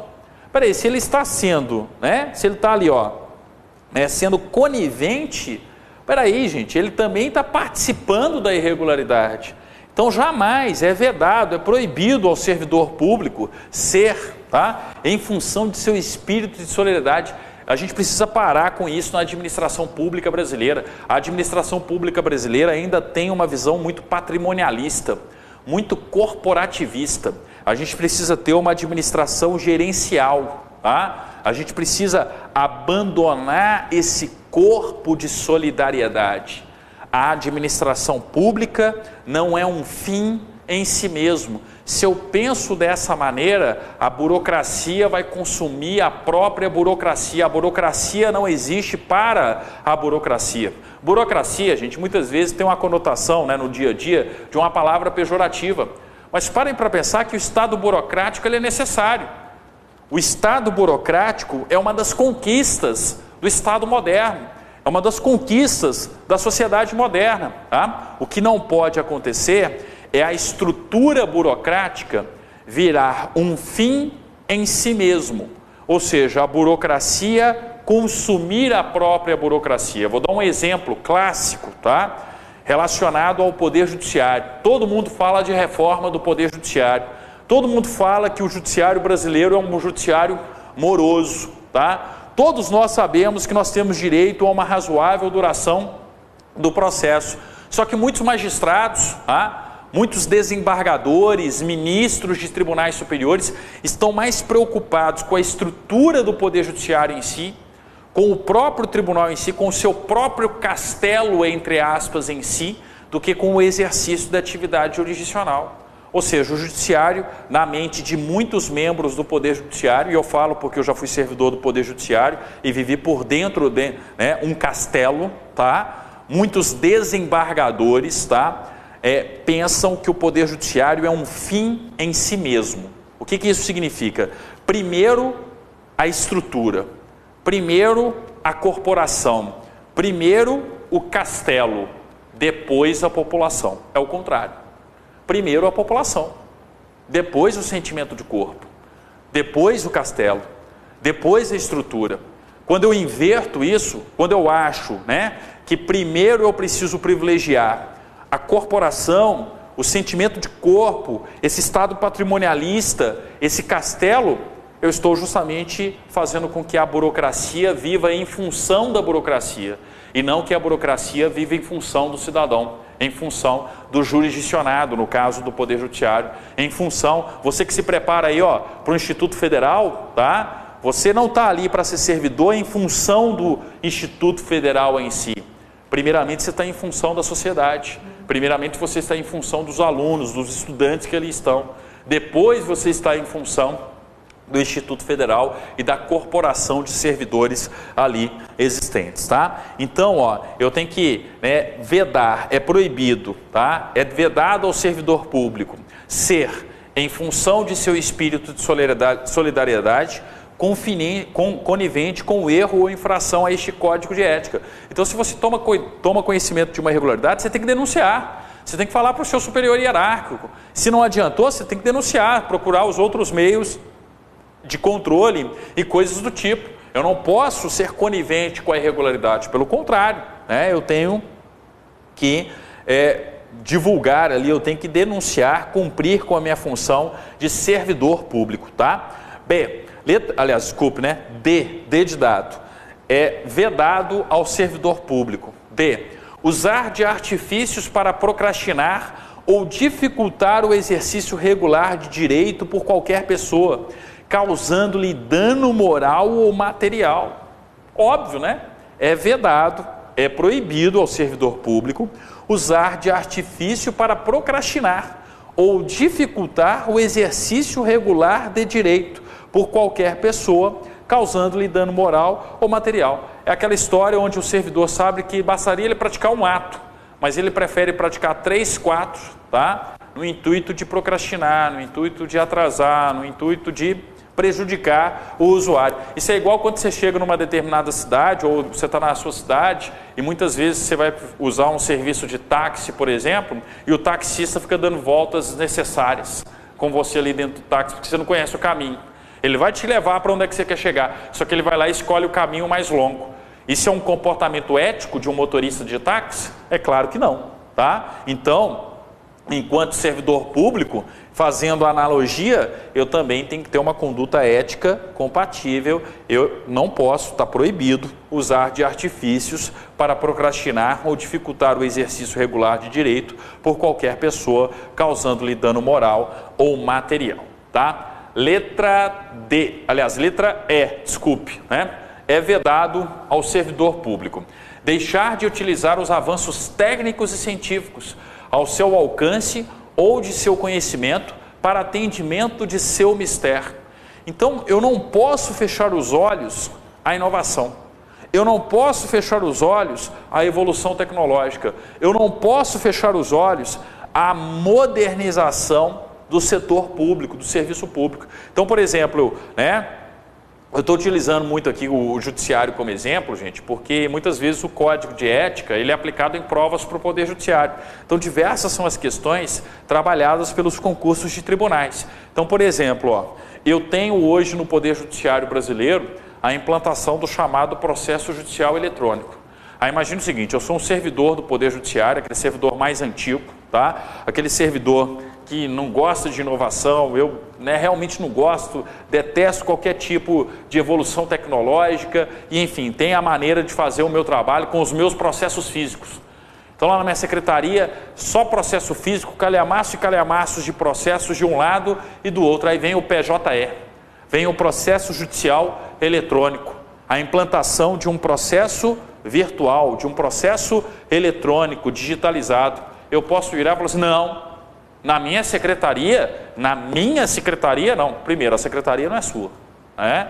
Eu tenho que parar de ter essa visão patrimonialista do Estado, tá? E segundo, é vedado ao servidor público deixar de utilizar os avanços tecnológicos e científicos ao seu alcance ou do seu conhecimento para atendimento de seu mistério. Vocês estarão dentro de um Instituto Federal, lá dentro do IFSC, por exemplo, tá? E aí eu estou tendo um processo de modernização dos procedimentos administrativos, onde tudo vai tramitar virtualmente. Você vira e fala, não, aqui no meu setor não. Eu estou aqui na área de licitações, eu quero papel, eu quero que seja da maneira como era e como sempre foi, tá? Eu não posso ter esse tipo de conduta, eu preciso me adaptar à realidade, né? Às inovações e ao uso das técnicas e novas ferramentas existentes na administração pública. F, é vedado ao servidor permitir que perseguições, simpatias, antipatias, caprichos, paixões ou interesses de ordem pessoal interfiram no trato com o público, com os jurisdicionados administrativos ou com colegas hierarquicamente superiores ou inferiores. Eu posso ter esse tipo de distinção? Ó, vou tratar fulano melhor porque eu gosto mais de fulano. E vou tratar Beltrano pior porque eu tenho antipatia com relação a Beltrano. Eu não posso ter esse tipo de vaidade, eu não posso ter esse tipo de capricho. O poder, né, o serviço público, os poderes, seja o poder legislativo, o executivo, o judiciário, o Ministério Público, eles não são fogueiras de vaidade, tá? Pelo contrário, tem que ter um tratamento isonômico, princípio, né, da impessoalidade no sentido também de isonomia, de finalidade, tá? Um tratamento isonômico por parte dos servidores públicos, da administração pública.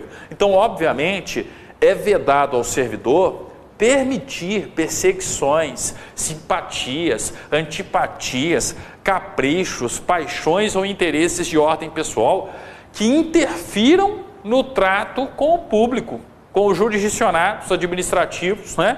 Ou com os colegas hierarquicamente superiores ou inferiores, tá? Não posso ter esse tipo de conduta. Também é vedado ao servidor público, ó, pleitear, solicitar, provocar, sugerir ou receber qualquer tipo de ajuda financeira, gratificação, prêmio, comissão, doação ou vantagem de qualquer espécie para si, familiares ou qualquer pessoa para o cumprimento da sua missão ou para influenciar outro servidor para o mesmo fim. Gente, isso é nada mais, nada menos do que a percepção de vantagens indevidas.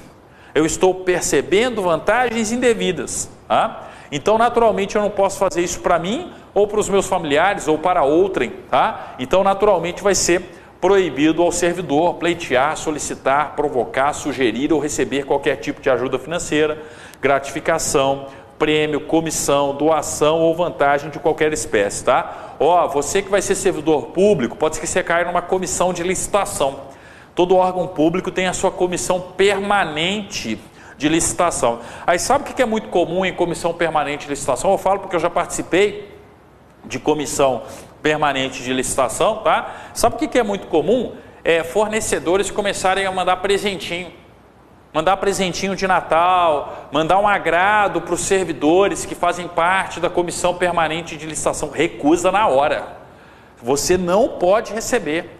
Eu estou tentando ali de uma maneira indireta, né, ter um tráfico de influência. O servidor que recebe, que se permite receber um presente de um fornecedor, sendo que ele trabalha numa comissão permanente de licitação, uma garrafa de uísque no Natal, uma agenda, não sei o quê, um crédito na loja X, né? Enfim, o servidor que se permite, né, ter esse tipo de conduta, ele está infringindo essa proibição aqui, ó. Ao servidor público é vedado pleitear, solicitar, provocar, sugerir ou receber qualquer tipo de ajuda financeira, gratificação, prêmio, comissão, doação ou vantagem de qualquer espécie para si, familiares ou qualquer pessoa, para o cumprimento da sua missão ou para influenciar outro servidor para o mesmo fim. H. Alterar ou deturpar o teor de documento. Gente, o servidor que altera um documento ou deturpa um documento, ele está falsificando o documento, né? Alterar ou deturpar o teor de documentos que devem caminhar para providências, que são óbvias, né? Falsidade ideológica aqui, fora outros crimes, né, arrolados lá no Código Penal, tá? Então, ó, naturalmente é proibido a ele, né, ter essa conduta, tá? Também é proibido ao servidor, ó, iludir ou tentar iludir qualquer pessoa que necessite do atendimento em serviço público. O servidor público está lá para ludibriar as pessoas? Para iludir o usuário dos serviços públicos? Claro que não. Então vai ser vedado a ele iludir ou tentar iludir qualquer pessoa que necessite do atendimento em serviços públicos, tá? J. Ao servidor público é vedado desviar servidor público para atendimento a interesse particular. Sabe aquela situação em que eu peço um subalterno meu dentro da administração pública para ir buscar, para ir pagar uma conta para mim? Ô fulano, vai ali pagar aquela conta para mim. Ô Beltrano, busca o meu filho na escola. Ô Ciclano, faz... Eu não posso ter essa conduta enquanto servidor público. Eu não posso desviar servidor público subalterno, ou mesmo que não seja um subalterno a minha pessoa, para atendimento de um interesse particular meu, tá? Então eu tenho que observar, né, essa proibição, essa conduta antiética. É vedado desviar servidor público para atendimento a interesse particular. L. Retirar da repartição pública, sem estar legalmente autorizado, qualquer documento, livro ou bem pertencente ao patrimônio público. Ah, eu vou tirar aqui, né, esse procedimento administrativo, esse processo administrativo, vou levar ele para casa, que eu vou fazer ele em casa. Pode não. A não ser que você esteja autorizado para isso, tá? Muitos órgãos públicos hoje, corretamente, na minha opinião, tendo em vista a evolução da própria, né, do próprio mercado de trabalho e da maneira de se trabalhar hoje em dia, estão permitindo home office. Então pode ser que no futuro você passe alguns dias em casa, trabalhando pela sua repartição pública em casa, fazendo home office, tá? Mas você está autorizado a retirar os documentos, a levar para a sua casa. Por quê? Porque você vai trabalhar lá na sua casa, tá? Isso, mais uma vez, exemplificando com o Poder Judiciário, é cada vez mais comum. Eu estou tendo aí diversos assessores, diversos, né, servidores públicos dentro do Poder Judiciário destinados a um serviço interno, trabalhando em casa, num esquema de home office. É claro que ele não fica 100% em home office, mas, né, eu tenho a implantação do home office na administração pública. Então, claro que quando eu estiver autorizado, eu posso levar. Agora, se eu não estou nessa situação, está proibido. É vedado retirar da repartição pública, sem estar legalmente autorizado, qualquer documento, livro ou bem pertencente ao patrimônio público. M. É vedado ao servidor público fazer uso de informações privilegiadas obtidas no âmbito interno de seu serviço, em benefício próprio, de parentes, de amigos ou de terceiros. Então, peraí, né? Ele está fazendo uso de uma informação privilegiada e está ganhando dinheiro com isso. Ele está fazendo uso de uma informação privilegiada e está obtendo algum tipo de vantagem com isso, percepção de vantagem indevida, mais uma vez. Então, obviamente, o servidor público ele tem dever de sigilo.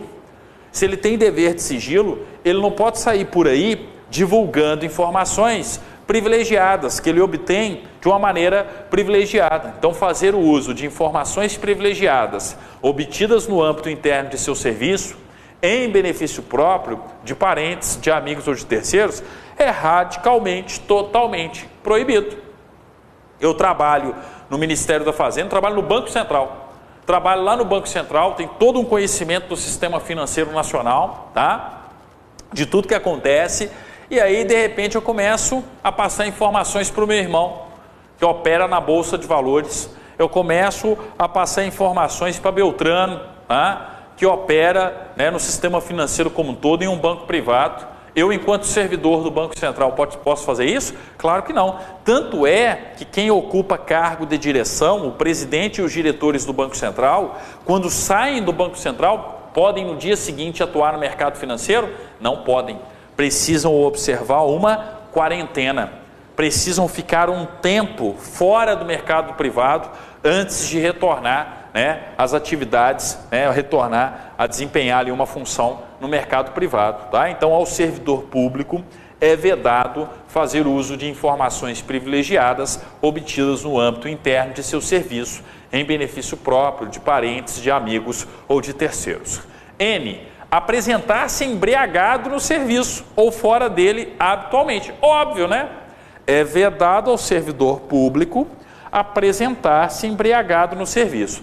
Aí tem uma parte da afirmativa aqui, ó, que eles sempre colocam no concurso e muitas pessoas acham que a afirmativa está errada. Olha só, pode marcar a linha N, ó. É vedado ao servidor público, tá? Apresentar-se embriagado no serviço ou fora dele habitualmente. Peraí, se ele é um servidor público que está fora do serviço habitualmente embriagado, ele é um alcoólatra. Ele está precisando justamente o quê? De tratamento. Então, peraí, a conduta fora da administração pública não tem que ser uma conduta compatível com a conduta do servidor dentro da administração pública? Então, o servidor público, gente, que passa por esse processo, que passa, né, por essa verdadeira doença que é o alcoolismo, tá? Ele tem que procurar se tratar, ele tem que inclusive buscar ajuda, seja dentro da própria repartição, seja fora da repartição, tá? Então, ó, apresentar-se embriagado no serviço ou fora dele habitualmente é uma proibição. É claro que no serviço público você não pode se apresentar embriagado hora nenhuma. O habitualmente aqui, ó, é para fora do ambiente público, fora, né, do serviço público, tá? Ó, a linha O, é vedado ao servidor dar o seu concurso a qualquer instituição que atente contra a moral, a honestidade ou a dignidade da pessoa humana. Ou seja, o servidor público, ele apoia, o servidor público, ele ajuda, o servidor público dá o seu concurso a uma instituição que atente contra a moral, a uma instituição que atenta, contra a honestidade, uma instituição desonesta, a uma instituição que atenta contra a dignidade da pessoa humana. Eu sou servidor público e sou neonazista. Eu sou servidor público e apoio a supremacia branca. Eu não posso ter esse tipo de conduta enquanto servidor público, tá? Por quê? Porque apoiar esses movimentos é atentar contra a dignidade humana. Apoiar esses movimentos é atentar contra a moral, tá? Contra a moralidade administrativa. Tá? Se eu sou servidor público, integrante da estrutura do Estado brasileiro, da administração pública brasileira, e lembre-se, nós somos um Estado democrático de direito, eu não posso ficar apoiando ou fazendo apologia à ditadura militar.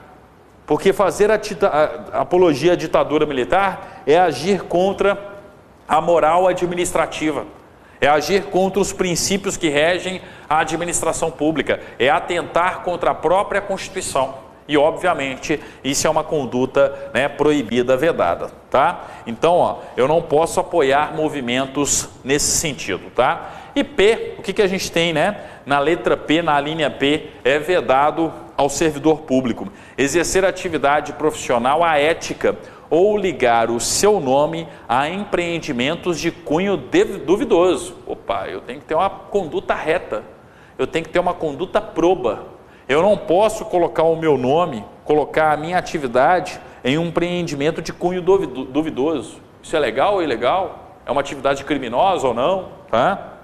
E muito menos exercer uma atividade profissional que seja uma atividade profissional antiética, aética, ou ligar meu nome a empreendimento de cunho duvidoso, tá? Bem, capítulo 2 vai falar a respeito das comissões de ética existentes dentro da administração pública, tá? Olha só o que a gente aqui, ó. O que a gente tem aqui, né?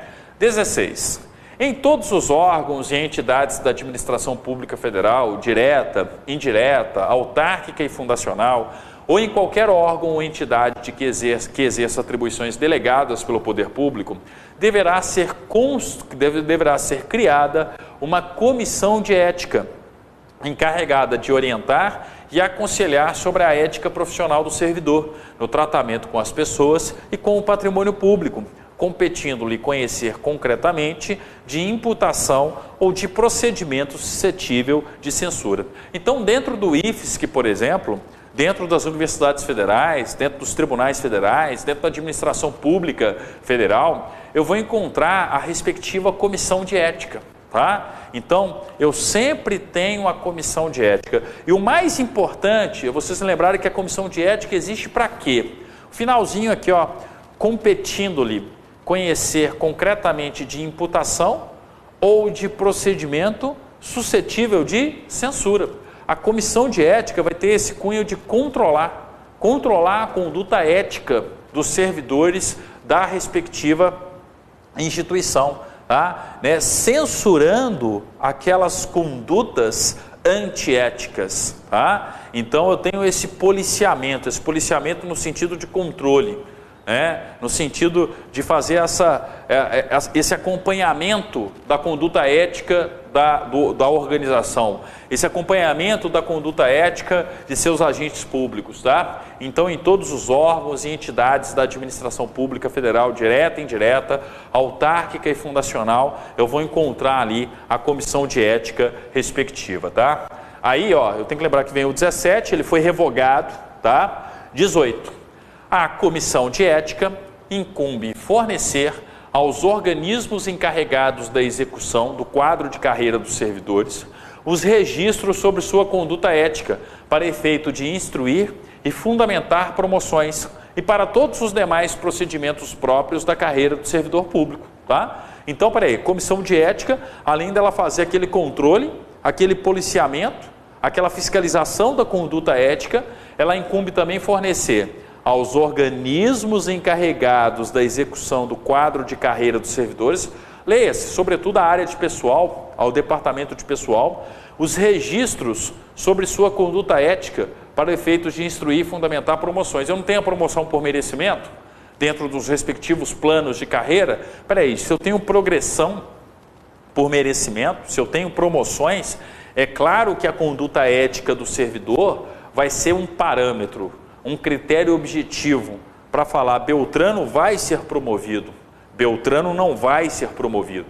A conduta ética, ela é importante. Então, a comissão de ética, ela tem, né, esse caráter de fornecer as informações necessárias sobre a conduta ética de um servidor da respectiva instituição, tá? Ó, o 20 foi revogado, o 21 revogado também, 22.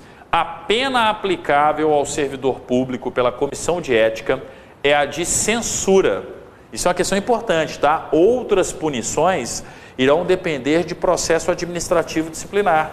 E aí cada estatuto, cada órgão vai definir o seu respectivo regime disciplinar e quais são os órgãos ou autoridades capazes de aplicar uma punição disciplinar ao servidor. E aí vem o concurso e pergunta, mas peraí, não tem comissão de ética em todas as repartições? Não tem comissão de ética dentro do IFSC? Qual que é a pena que a comissão de ética do IFSC pode aplicar? A pena aplicável ao servidor público pela comissão de ética é a de censura e a sua fundamentação constará do respectivo parecer assinado por todos os seus integrantes com ciência do faltoso, né? Ou seja, aquele que cometeu a conduta antiética, ele vai ser censurado, vai assinar, vai ser comunicado, ele vai ser cientificado, tá? E eu tenho que lembrar que todos os membros da comissão de ética não só irão fundamentar, não só vão ter a fundamentação, né, através do respectivo parecer, mas o parecer vai ser assinado por todos os integrantes da comissão de ética, tá? Podem marcar o 22. O 22 é questão de prova. Eles trocam, eles colocam que vai ser advertência, eles colocam que a comissão de ética vai suspender, Eles colocam que a comissão de ética vai demitir, tá? Eu tenho que lembrar que a pena aplicável ao servidor público pela comissão de ética é a pena de censura. Eu vou censurar, eu estou censurando o servidor que teve uma conduta antiética, tá? 23, revogado. 24, o que a gente tem aqui, ó?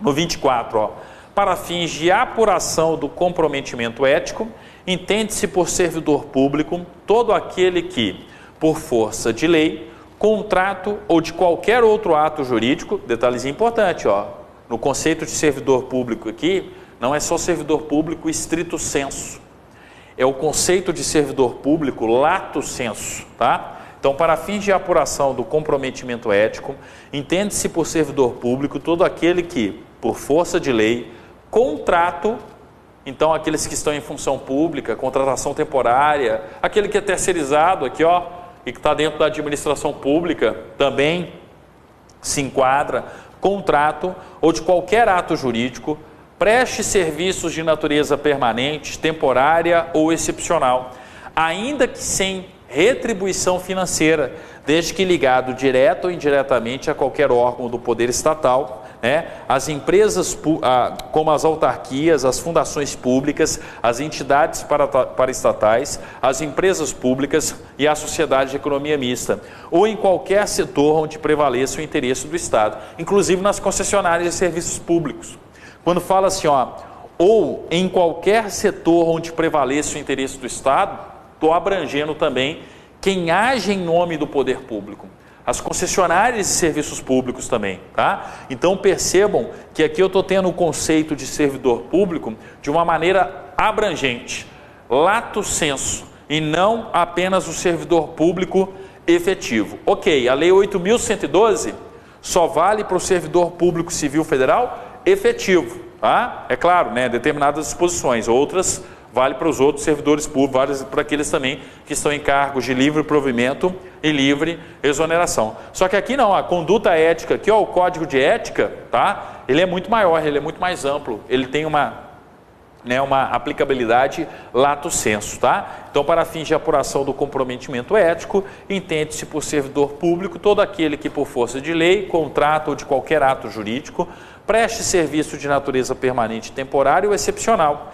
ainda quem sem retribuição financeira, ó, mesmo que não tenha pecúnia, mesmo que não tenha pagamento, tá? Desde que ligado direta ou indiretamente a qualquer órgão do poder estatal, como as autarquias, as fundações públicas, as entidades paraestatais, as empresas públicas e a sociedade de economia mista, ou em qualquer setor onde prevaleça o interesse do Estado. Lembrei de uma questão de concurso aqui, ó, tá? Um concurso para TRE, para Tribunal Regional Eleitoral. Eles perguntaram se o mesário, se o cidadão que é mesário, que trabalha voluntariamente durante as eleições, tinha que respeitar o Código de Ética da Administração Pública. Tem. Por quê? Porque ele está lá no serviço de munus público, dentro da Justiça Eleitoral, dentro do Poder Judiciário da União, tá? E sem retribuição financeira. Mas o fato, né, de eu não receber não significa que eu não tenha que respeitar e seguir os compromissos éticos previstos no Código de Ética da Administração Pública Federal, tá? E aí o 25 foi revogado, tá? Então com isso a gente finaliza aí, ó, o Código de Ética, o Decreto 1171. É muito comum, gente, nos editais, tá?